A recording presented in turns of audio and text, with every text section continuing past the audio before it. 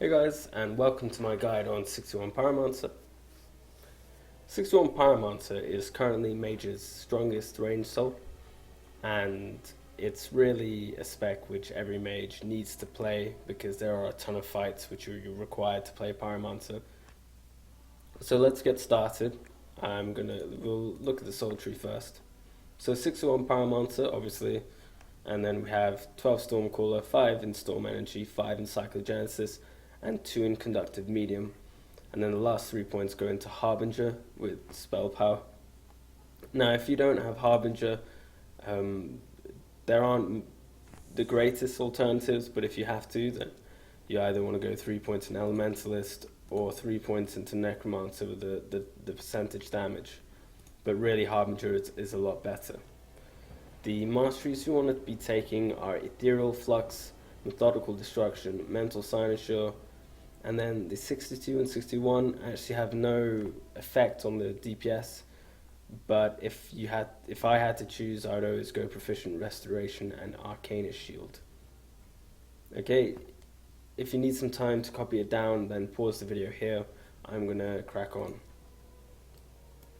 So let's move on to the macros that we require. So I am using 2 macros in this spec. One is a spam macro and one is your Heatwave macro, which is one of your cooldowns. They're in the description below. Please copy them into your macro book and keybind them. And the extra keybinds, if you'll need, there's quite a few. You'll be keybinding Countdown, Flame Bolt, Fusillade, Internalized Charge, Flame Volley, Fulminate, Fireball, Burning Shield, and Cinderburst. Those are what you'll need for damaging abilities. Now, the next thing we have is we need to be able to keep track of some of the buffs and debuffs, which are really important for doing your rotation properly. For this, we use the add-on Karuul Alert. If you don't know what it is, there's a download link, in the description below. Please download it, and then once you have it downloaded, I want you to go /kalert. I've mistyped it, great. And then go File, Import Set, and you'll see there's that long code. I want you to copy and paste it into this box and then import, and you'll have these 4 alerts. Okay, and I want you to go Edit Layout, and you'll see where they are. Move them around to somewhere on your UI which you're comfortable at looking at, and then we can get started really learning how to play this. Alright. So I'm going to split the rotation into 2 parts, really. There's our normal rotation, where we don't have any cooldowns up, which I'll start with, and explain like the basic mechanics of Pyromancer. And then I'll move on to our cooldown block, and what we do during that, and what we pay attention to. So I'll begin with the buffs and debuffs, which is always the easiest part to get started with. So our main mechanic, which we're paying attention to at all times, is Internalized Charge. Now, Internalized Charge makes your 6 next abilities do 16% extra damage, and the way this appears is when we press it, you see we get one of our alerts pop up, and it gives us 6 stacks. Now, every time we cast a damaging ability, it takes away a stack, and we want to keep this up at all times, and we want to always refresh it after we've consumed our last stack. So I'm just going to press our spam macro for like 6 times. You see that each time I cast ability, the stacks go down, and then once it's fallen off, then we want to press it again and refresh it at 6. And ideally we don't want to refresh this early, but there are slight exceptions to why we refresh it early. But during our normal rotation, we never do refresh it early. So always use up all the stacks and then recast at the end. Pretty easy. Okay, you see this alert here? This is our accelerant.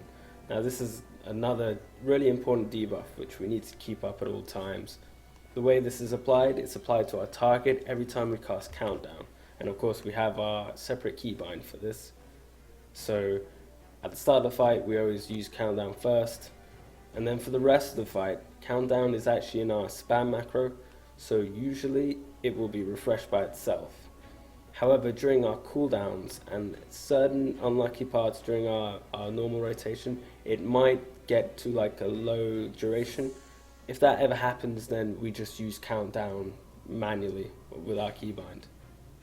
Okay. Our third important buff and debuff, which we need to pay attention to, is improved Flame Bolt. Now, improved Flame Bolt is a buff that you get put on yourself when you cast Flame Bolt on any target. And we want to keep this up 100% of the time. As you see, we have this third alert here. This tells us the duration. And when it gets to 2 seconds, that means we can cast Flame Bolt again. And we want to keep that up all times and have every damaging ability we have gain this buff. So as a recap, we're keeping up internalized charge all the time, accelerant all the time, obviously starting off with countdown at the very start, using countdown during our cooldown block to refresh it so it doesn't fall off during our cooldowns. Otherwise, it's dealt with our spam macro. And then the third is improved Flame Bolt, which we recast. We just cast Flame Bolt to refresh after 2 seconds left. Okay? Alright, so then the next thing we need to look out for is Cinderburst procs.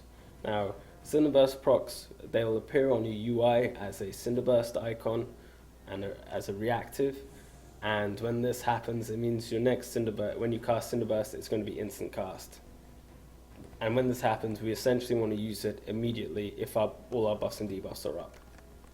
So I'll try and get a proc now. So I'll just use my spam macro, waiting for one. It should appear on it. See, now we've got the instant cast Cinderburst, and we just want to use it as soon as possible. Now, once we've got our buffs and debuffs and we don't have any Cinderburst procs, literally all we do instead is just use our spam macro until we have to use a Cinderburst or refresh something. It's really quite simple. That's all we're doing. And that sums up our normal rotation, really. Just get used to refreshing your internalized charge. It's probably the most tricky bit. The other things are pretty simple.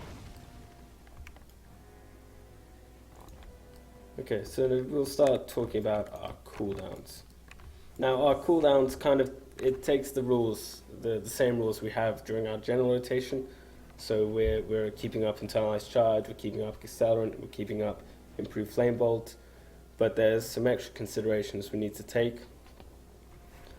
So our four main cooldowns are Fusillade, a 2.5 second channel, which we have to be stood still for. Then we have Fulminate, which is an instant cast ability, but it has a very large charge cost of 60.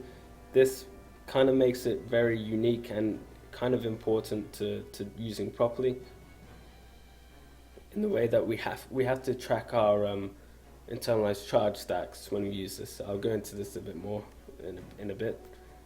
And then we have Flame Volley, which is a 3 second channel which we can move during. And then Heatwave, which is a buff which reduces the cast time of our Fireball to 0.5 seconds. And during the duration of Heatwave, we have that Heatwave macro. You want to be spamming this macro while keeping up Accelerant and Flame Bolt manually, because they're not in the macro, so you will have to keep an eye on it and refresh it yourself. So the idea of it is that we start off with internalized charge, and then we go countdown, Flame Bolt, and then we go Fusillade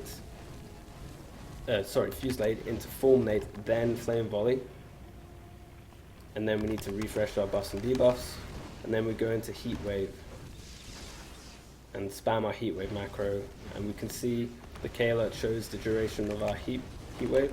We also want to use Cinderburst procs as they come, like in the normal rotation. And then once our Heatwave is over, then we just revert back to our normal spam if nothing's available. And we also need to pay attention to Fulminate. See that we've got a Fulminate there, and we use it. Because remember, it's a 30-second cooldown instead of a minute cooldown, so we use it twice every minute.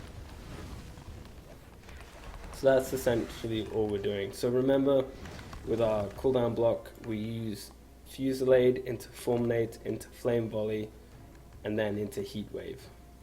And always refreshing our Accelerant and improved Flame Bolt at any time. Now, there's some rules which I haven't really mentioned that I should tell you about Fusillade and Fulminate. Now, Fusillade you never use it on one stack, because if you use it on one stack, it's currently bugged in the way that it consumes the stack but doesn't get the damage bonus from internalized charge. But if you use it on any other amount of stacks on internalized charge, it will do the extra damage. So remember, never use it on one stack. So what I like to do pretty much all the time is when I know Fusillade is up, I refresh internalized charge early, and then I go Fusillade, Fulminate, Flame Volley, Heatwave. For Fulminate, usually when you use it with Fusillade, you don't have any problems with it. If you refresh early, do Fusillade into Fulminate, it always works out well. However, when it's slightly out of sync, or during like your second one, which is 30 seconds in, you need to take some extra considerations with it because of its charge cost. What I mean by this, you need to look at your internalized charge stacks and the amount of charge you have. So you can never use it on one stack of internalized charge, because if you use it, then it will mean you can never refresh internalized charge straight away. You'll always have one ability that goes through without the internalized charge buff, and we want to avoid that. So never use it on one stack. If you use it, you can use it on two stacks, but you need to make sure you do one of three things. You can either cast Fireball on the last stack, you can cast a Cinderboss Burst proc on the last stack as well, if you have it. If you don't have a Cinderburst proc, and you don't want to cast Fireball. If you don't want to cast Fireball, then you can cast an instant ability and Burning Shield, and then you'll be able to refresh your internalized charge after it. However, if you use it between 3 to 5 stacks, you almost will never have a problem with charge. So yeah, that's pretty much it. So I'm going to just show you again the way we do our cooldowns. I'm just going to do a minute rotation ending with my second cooldowns, just so you can see what I'm doing. Okay, so we start with those, and then I'm going to go into my cooldowns. So Fusillade, Fulminate, I've got a Cinderburst proc, I'm going to use it. I'm going to refresh my buffs and debuffs, and then Flame Volley, another Cinderburst proc, then Heatwave. Always paying attention to my internalized charge stacks and Countdown and Flame Bolt. Using Cinderburst procs as they come, and then when I don't have any of those to do, I just use my Heatwave macro. Now my Heatwave is over, I revert back to my spam macro, and then I can see my Fulminate is coming up. So I'm going to use that as soon as I can. I've used it now, and now I just revert back to spam macro. And of course, I always let my internalized charge stacks fall to 0 and then refresh it after, but making sure none of my abilities don't get the buff. Okay, so I've got my cooldowns coming up in a second. So I want to make sure I've got everything up, and then I'm going to go Fusillade and then Cinderburst, and then Fulminate, Burning Shield, an instant, and then into Flame Volley. Cinderburst, refresh, accelerant, and then into Heatwave.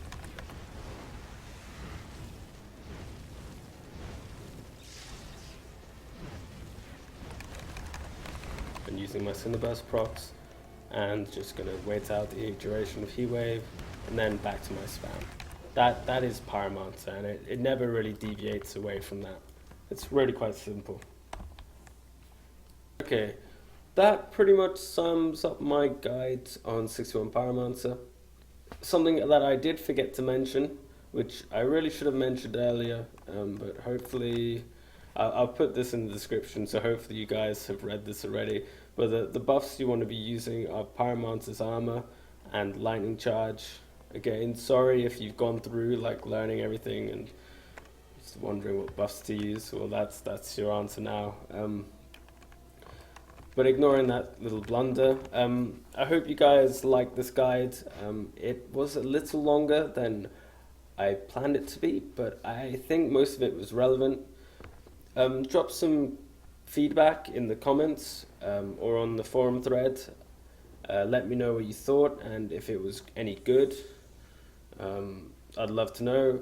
Also, if you liked it, please like the video and subscribe. I'm going to be doing more guides for mages, and I'm probably going to be looking at Primalist and getting some guides in early so people aren't too terrible at it when obviously the massive rush comes for Primalists. So yeah, thank you for watching and see you around.